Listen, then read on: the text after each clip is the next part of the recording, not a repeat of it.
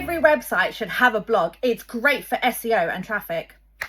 That is absolutely not true, and I'm going to talk you through why that is.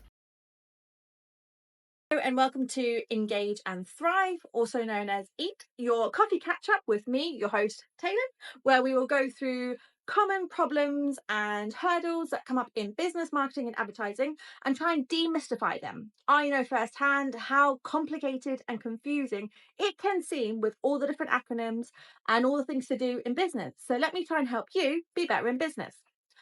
First things first, let's start with grabbing a coffee.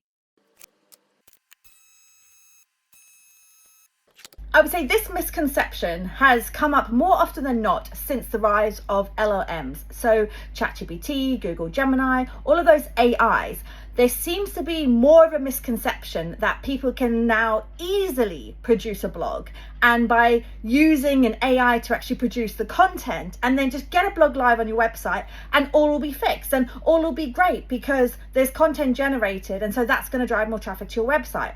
When actually there's so much more you need to think about if you're deciding to do a blog or add a blog to your business website. And typically it's not a quick fix. And I've seen some horror stories on LinkedIn where people have actually been testing using a lot of AI generated content and putting it on their site just to see, would it increase traffic? Would it have dips? And at first it had a rise, but then Google always changes its algorithm and Google will always get smarter than all of us. So it will look for AI generated content and not rank it that well. We'll go into it further in the takeaways. But just to mention, and I've covered an episode off about this before, at the moment, people's behavior, they are still using Google search as the main way of finding information and choosing to buy things. And yes, people's behavior is changing in terms of using ChatGPT and Google Gemini to answer some questions or do shopping for them. But at the moment, Google search is still dominating all the world's traffic. So don't get caught up in the thought that everything that you need to be doing is only for AIs. You still need to think about human first and human behavior. And I'm always going to go back to your target audience. As always, let's go through vocab. The first one is SEO, which stands for Search Engine Optimization. So this is how you increase the visibility of your content for search engines like Google search and like Bing search. The next one is EEAT, which stands for Experience, Expertise, Authority and Trustworthy. This is Google's framework for assessing the quality of content and therefore how its algorithm serves up certain content to people. None of us actually know how it's weighted or scored, but it's like the rules to follow around content for organic content. Content strategy, a structured plan for creating content aligned with your target customer and business goals. Top of funnel. So blogs are typically known as top of funnel, which in terms of marketing is more brand awareness. So you're getting eyeballs on your content, but it wouldn't necessarily mean that people are going to convert by reading your blog. Keyword research, finding and selecting the right search terms that relate to your topic and would be searchable by your target audience. Content pillars, this is themes and topic clusters that you would want to create content around, typically to try and be an expert in that subject matter. Thin content. So this is when a page has not much content or doesn't add much value or substance, and it can actually be a red flag to algorithms and search engines. Number one, things to consider if you want to start a blog. So as I mentioned, not every website should have a blog, and there is a lot to consider if you want to start a blog. One thing to remember is, what's your intent? What's your purpose? What's your reason? Why do you want to start a blog? Is it because you believe it's just going to drive lots of traffic?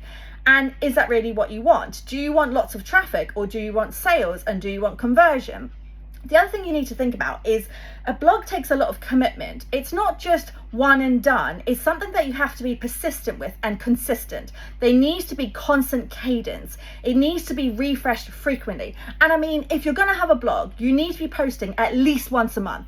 Realistically, good successful blogs are posting every 2 weeks or even weekly. And it becomes very, very time consuming because the actual crux of going into a blog, there's so much more that you need to do than just putting up some content. As I mentioned in the vocab around thin content, the last thing you want to be doing is putting out half-assed blogs that are under 600 words, because actually it won't do anything for you. Realistically, for a blog, you need to be aiming for 1,000 to 1,500 to really get the meat of it, get the value out of your keywords, get your topic across, explaining it, and to get noticed by algorithms. This is all part of search engine optimization. As part of thinking about your intent of wanting a blog, you need to consider your target audience. And I go on and on about target audience, but I will never get bored of it. Your target audience is, who are you aiming to buy from you? What are their behaviors and what are they likely to do? Are they likely to read a blog? If they're not likely to read a blog, then why are you launching one? Another vocab that I obviously mentioned was around EEAT. And so this is around the authority of your content. So again, you need to be thinking about what topics and what subject matter expert do you want to be known for? And this can be you as a personal brand or you as a business. And then you have to consider the authority around the people producing that content. So yes, you may have a marketing team, but is the marketing team the right people to be writing that content for the industry that you're in? Which, having said that, there is an additional consideration. Google has something called YMYL, which is around health and money, and that very much focuses on people of authority and people with credentials. So of course you could have a doctor or a financial expert writing the content and then a marketing team assisting to copy clinic it or help with keyword research, but you want to make sure that blog is assigned to that person who is the expert. That's the authority, that's the trustworthiness. You can't just be spitting out words just to get some blogs on your site, or because an AI has given you a topic to write about and then produced you 1,000 words. It needs to have the authority of a person associated with it. And again, blogs, as mentioned, are more of an awareness piece and the top of funnel. So if you're wanting to use a blog as part of your funnels and part of your customer journey, but actually you want to convert it for sales, you need to think about how you can interlink in your blogs to other parts of your website, which again, you then need to think about what's the content on your website, where are you driving them to, do you have any lead magnets, so you want part of your blog that people can download and you can capture their email. But again, you don't want to make your blogs too salesy because then no one's going to read it. Number 2, the downside of blogs. This is from lived experience. As someone who has a blog, I can tell you right now, keeping that consistent cadence of producing a blog is a lot. You may think, okay, I'll produce a blog once every 2 weeks or even once a month, but that once a month comes around so quickly. And there is so much that you need to do as part of your blog to make sure that it has the authority, to make sure that it's engaging. You have research, you have your keyword research, you have any backing data you want to put into your blog. It's about thought leadership. You then want to think about potential images you want to be using or other research you want to be sharing within your blog. And then once you've produced your blog, actually, how are you going to share it to get people to come and view your blog and read your blog? So then what's your social content plan around the blog? How often are you refreshing it? And then also the metrics that come behind your blog. So how often are you reviewing your metrics? How often are you seeing all the different topics that are related, that people are searching, where your blog is ranking, and other topics you need to be writing related to that? And then what are other people within your space writing about? Where are you in comparison to them? What are their views like? How long's the read time on your site? What's the engagement rate on your site? Has it actually moved the needle? Has anyone actually contacted you because of reading your blogs? Another thing about the cadence of a blog is we all want to be driving revenue. And obviously a blog is very time consuming to produce, and especially if you're by yourself producing it and you don't have a team helping you doing the keyword research, copy clinicking it, finding images for you, doing some SEO optimization, anything like that. So when things get busy and when other activities may come up that you want to be doing that is directly driving revenue, it's likely that the blog will get shelved or parked or just forgotten about completely, which again can actually end up hurting you because you're not being consistent. And you need to be consistent because you need to be giving that fresh content to an algorithm, and you want people to be coming back so they know they're going to be getting a blog update from you once a month or once every 2 weeks or once a quarter, whatever it is. But whatever you decide, you need to stick to it, and that can be really difficult in the real world. The other thing is, if you are wanting to use AIs to help produce your content, you have to be so careful. Firstly, AIs aren't you. You're a human, you're meant to be the subject matter expert, and going back to that trustworthy thing, you should be the one writing it.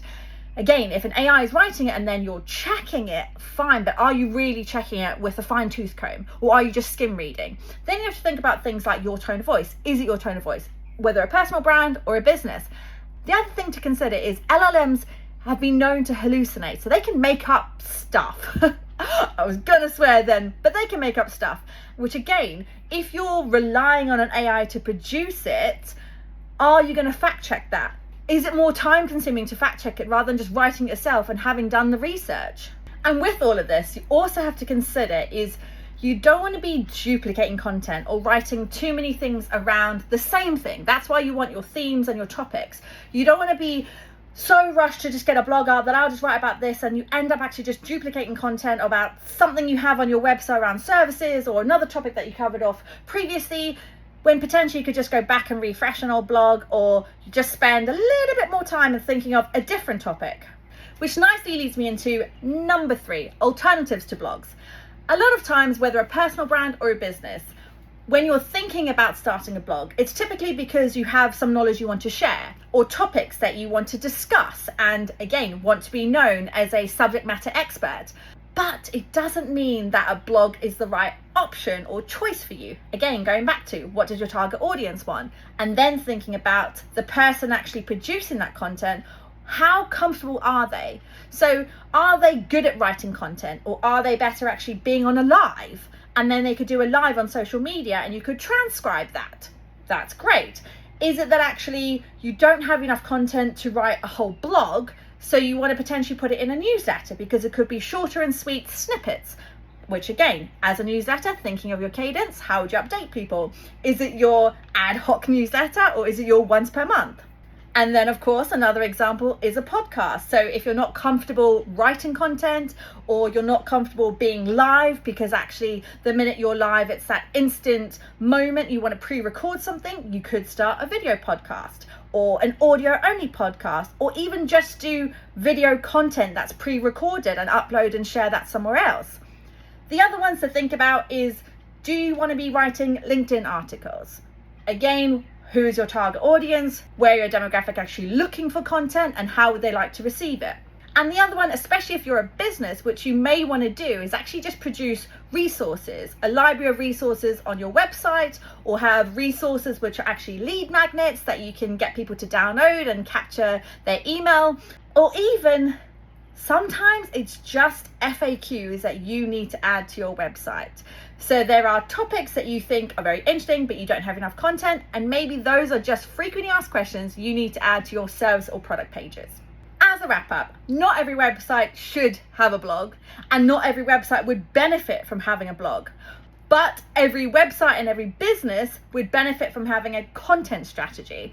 And this is where you need to think, what was your intention? Why are we even considering to start a blog? And therefore, what is your intended outcome from the blog? And remember, there are lots of algorithms constantly changing. Don't rely on AI, and think about Google's framework more as a way of how you would consider any content you're doing around EEAT. Because to be honest, that's how all content should be produced, regardless of if it's actually on a blog. Thank you for joining me for another episode of Engage and Thrive with your host Taelon, and see you next week.